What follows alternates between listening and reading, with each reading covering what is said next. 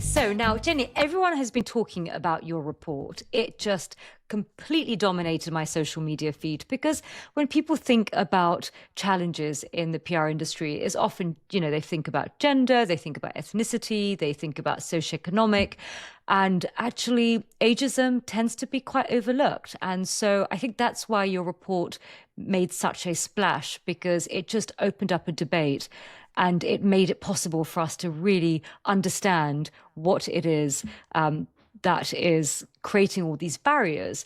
And I wanted to ask you, from your perspective, what do you actually mean when you say that PR needs a cultural reset to address ageism? And just give us a bit of a background. Why did you decide to do this report in ageism? What's your motivations? What are you hoping to achieve? Just so that we can kind of frame the important work that you did.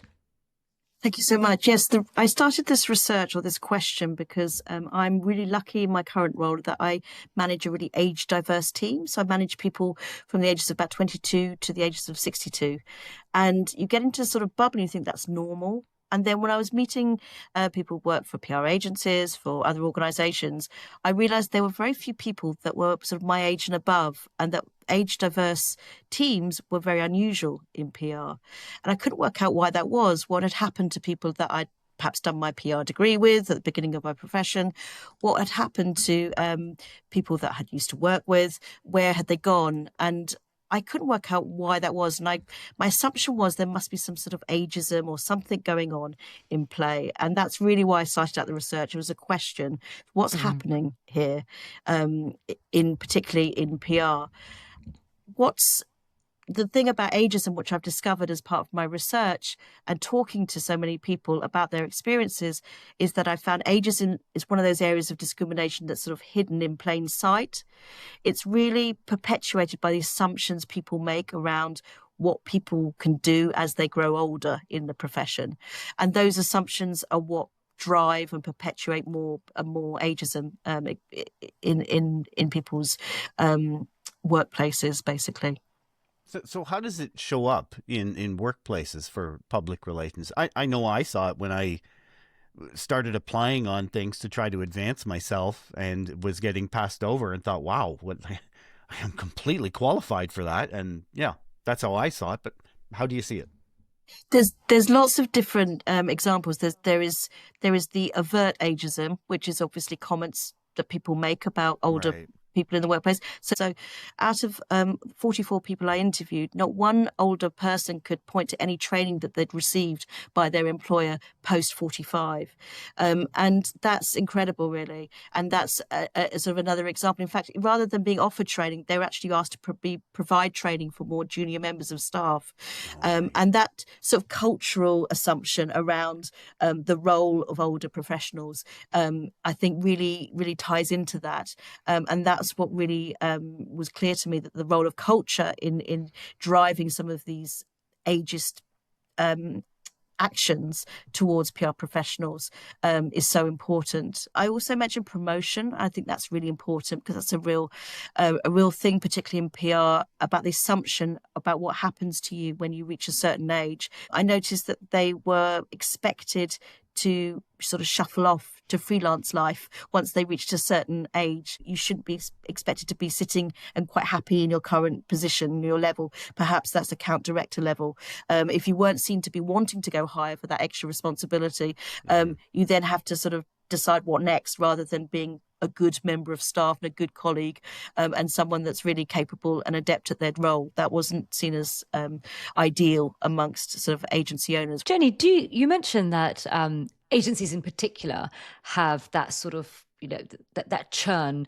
Do you think that in-house obviously is a much more kinder environment for people as as they go into their 40s and 50s and above? I remember about 10 years ago, I consciously thought about ageism, and I thought that I don't see that many people being celebrated in consumer PR in their 40s and 50s, but I do see them much more visible in corporate government. And I was sort of deciding which area to specialize. And I think I was thinking about ageism, and I think I sort of moved away from consumer PR because I felt that it wasn't an environment that I would flourish in because I would be deemed as past it. So I want to ask you, Jenny, you identified obviously difference between agency and in-house, but what about sectors? That's so interesting you say that, because a couple of people did. I did notice actually a number of people who had moved from consumer PR, who worked for big consumer PR agencies, because of that reason. They felt that their face didn't seem to fit once they reached a certain age. But what was ironic about that was that two or three of those people had moved to set up their own agencies, which was brilliant. But once they'd reached then their sort of early mid-50s, they'd found that that same attitude prevailed amongst younger colleagues that they'd actually hired themselves, in terms of making assumptions and talking about the fact that they wouldn't recognize certain music or certain trends because they happened to be older, for example. Of course, it goes the other way too, right? I can remember distinctly being 19 in my first broadcasting job. The company had to come up with a slogan for something. And as Farzana knows, I tend to have ideas, but some of them are really they don't at least at first, they don't flow until you think about it. And then, oh, well, there's brilliance there. And then a couple of days later, one of the better known, the morning broadcasters in his 40s, word for word, the same suggestion, word for word, and the GM loved it. So, did your study look at when it's from the other angle as well?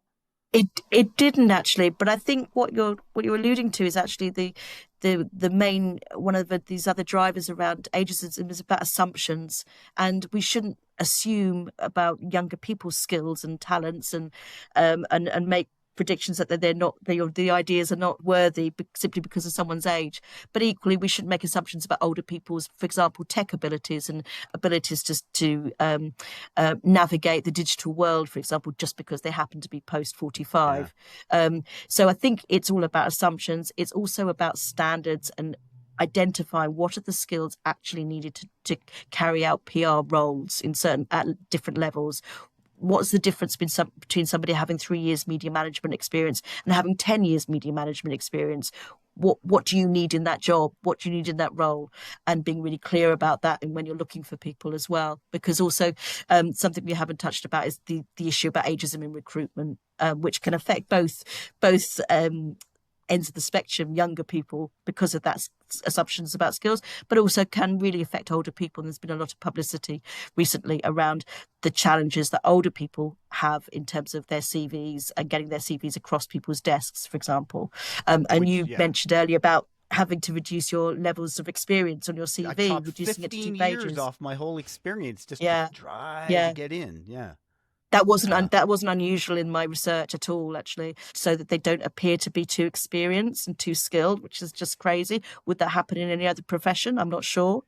One person was actually asked to change their hair colour, to dye their hair, because they were seen as too grey. And that was particularly actually in the North American market. He was looking for roles in the North American market. This isn't just a UK-wide issue. It affects PR professionals in America and Canada as well. Yeah, Jenny, go ahead.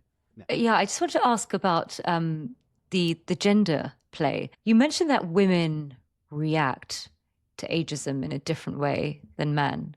So if there's an ageist comment, and if you could just talk us through your findings in terms of gender differences. Yeah, this was so sad, actually. This is the saddest part of the report for me, because although, again, it's qualitative, what was really clear to me when talking to people, that when people were telling me about their experiences, women in particular were just really sad about their experience. They turned it in on themselves often as well.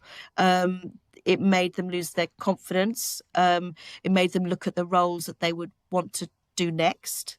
It would look at their ability to secure roles in the future. But the men I spoke to were more angry. And there was also a sense of, how can this happen? And also turning the anger, if you like, against the industry. The PR industry needs to get better. It needs to get better about and more professional and more systemic and systematic about the way that it recruits and retains staff. And it, more logical basis. And what was really sad to me is that emotional response from women, and disappointment in the industry, disappointment often in themselves that they should be doing something to address the ageism that they experienced, that they'd handled it wrong or something. It was really annoying to me, and it was really sad as well. And I think there's definitely some more research that needs to be done in looking at that, exploring that, and how we can support different sorts of professionals when they encounter ageism. At the same time, I mean, I have gray in my beard. My job is to convince clients I have the experience, I have the knowledge, I have the leadership to do what they are hoping I can do. I swear to God, the gray in my beard helps. So am I just whining from a point of privilege? Oh, I didn't get that job and that 25-year-old got it, when I have all this experience. That's such a really interesting point as well, because what was interesting about the research is that the only complaint about people's age had been made by the PR agency that they'd worked in or their direct employer. There was no record or anybody saying that the client had complained. The client was very happy having an older person on the team, the feeling of, being held, like gravitas that you've got from your grey hair and your beard, that they felt really comfortable with that, but that wasn't reflected in the agency or the direct employer's view of that person. And I think, just to go back to that first question, really is about why is it happening in PR? Part of the challenges around PR is such a new industry. I think we haven't matured as an industry, and we haven't, and therefore we sort of reflect what we think is the perfect PR professional back onto our employees, which hasn't bared fruit in reality. We have an aging population. The likelihood is their clients are going to be older. The customers we're talking to are going to be older. And it's right that our workforce reflects that. Jenny, I wanted to ask that, is AI going to make things worse or better? Because you have a lot of conversation in the market about job losses, that and also I love how you look at ageism through the lens of not just impacting older generations, but also younger generations as well. And there was a very sad statistic that I saw of the drop of job adverts for sort of graduate level ever since ChatGPT was released. And so, some would argue that it's been younger generation in particular has been impacted by the release of, for instance, ChatGPT, Perplexity, Claude. They were often the sort of first rung of tasks that was often given to juniors when they first started. What do you think? But then at the same time, I've also had a lot of friends of mine from older generations who also lost their jobs because actually that area can also be seen as being usurped by AI. But then again, AI doesn't have judgment. And actually what's beginning to sort of come through is that whilst it can produce content, you need that experience, you need that judgment, which often you find with people with more experience. So I wanted to just get what you think the lay of the land is with AI. Yes, that's a great point. I spoke to Alistair McCapra, who's the CEO at the CIPR, and I felt my feelings on it agree with his, that he felt that AI would potentially benefit junior members of staff, so potentially younger members of staff, in terms of, as you say, that content production sort of task orientated aspect to AI, but the judgment making, the analysis that you still need people to be able to do would fall to the more senior members of the team. But the problem was that middle market, so that middle level would be potentially wiped out by AI. And I agree with that. I think that's what we're seeing. So potentially, say, levels of like heads of comms, that level will be is under pressure, I think, from AI, because directors of comms will be doing those areas of work. So if you're looking at in-house examples, and then you've got your junior officer level doing the content production. So I think that's a really real risk. And of course, of what that does, where are the senior leaders then going to come from the future? Because you've got then a massive gap, haven't you, between the junior and senior, and you don't necessarily have people equipped to make those, in 5 years' time, to make those analysis judgments on how we use AI and what's the purpose, really. Okay, Jenny, can you show us something on our screen that practical organizations can use right now to start building an age-friendly culture? I think you built a checklist or a visual tool for CIPR. Can you share that for us? Let me talk you through the toolkit that I've developed alongside the Chartered Institute of Public Relations, which is all about tackling and making tackling ageism and making a more age-friendly culture in PR. As we've already discussed, culture is one of the driving forces behind ageism in PR. So let's look at how we can make our workplaces more age friendly.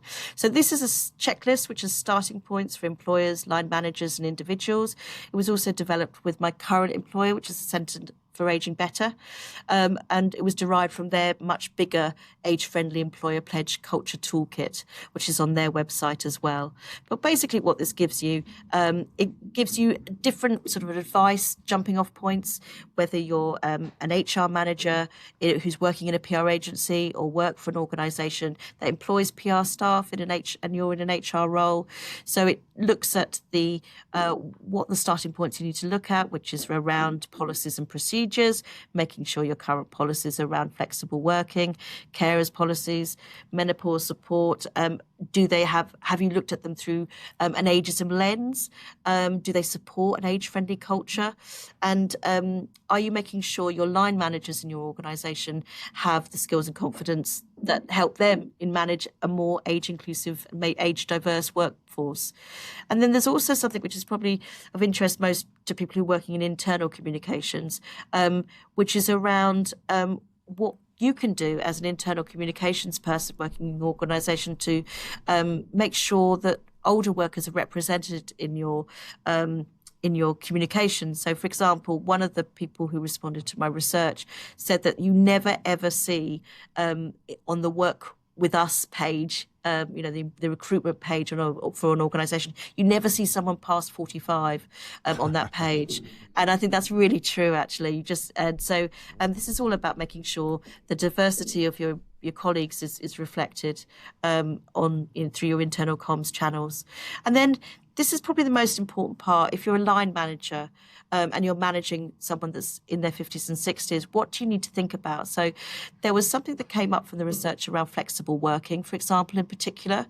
And there was a divide between HR managers who felt that they were offering flexible working policies and older workers who felt that the flexible working policies that were deemed acceptable, which was normally a 3-day a week, didn't suit them as they moved in perhaps to that sandwich generation, or they needed sort of different sorts of flexibility. And so this is partly about that. It's also partly about looking at, just because someone is over 45 in your team, how can you best support their skills and career development? Or do you assume that they won't want training just because they've reached a certain age and there's the numbers of candles on the cake? And there's also about a really important point about managing different work styles in a team. So, I give the example that I manage a really age-diverse team, but older PR professionals often feel that their working styles are undervalued. And so what do you need to do as a manager to ensure that everyone gets the support in the way that is meaningful to them? And that's a really important question that this looks at. And you can get more information on the different aspects through the Centre for Aging Better's website. But what's really great about this toolkit, as I say, it's just a starting off point for people that are interested in sort of changing the picture for workplaces in PR. Okay, Centre for Aging Better website as well as CIPR's website, and do a search. That's right. That's awesome. Right. Now, Jenny, if PR leaders want to start changing culture tomorrow, what are the first 3 steps that they should take to genuinely make that difference? One is about looking at their board, not necessarily the board, but also their senior level management teams. How old are people? What sort of training are people giving? Going back to training, and what does our workforce look like?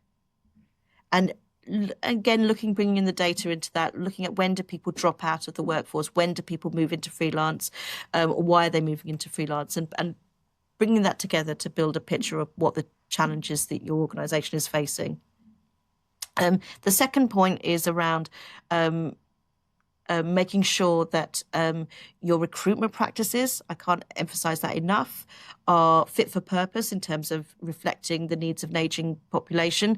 I saw something advertised recently, for example, which was looking at apprenticeships in PR, and was very much talking about new graduates, forgetting that some people move into PR once they reach a certain age. What are the pathways for that person within your organisation? And the third one is around individuals. So PR it doesn't exist in a vacuum, obviously. We are part of a wider society, and the wider society often has a lot to say about women, has a lot to say about people growing older, and lots to say about women growing older in the workplace, in PR as well. So what can you do as an employer to look at the way that your employees are talking about their colleagues? And that's a really powerful thing that you can do to encourage a better conversation around aging in PR. Jenny, thanks for your time today. Thank you so much. It's been such an honor to come here. Thank you.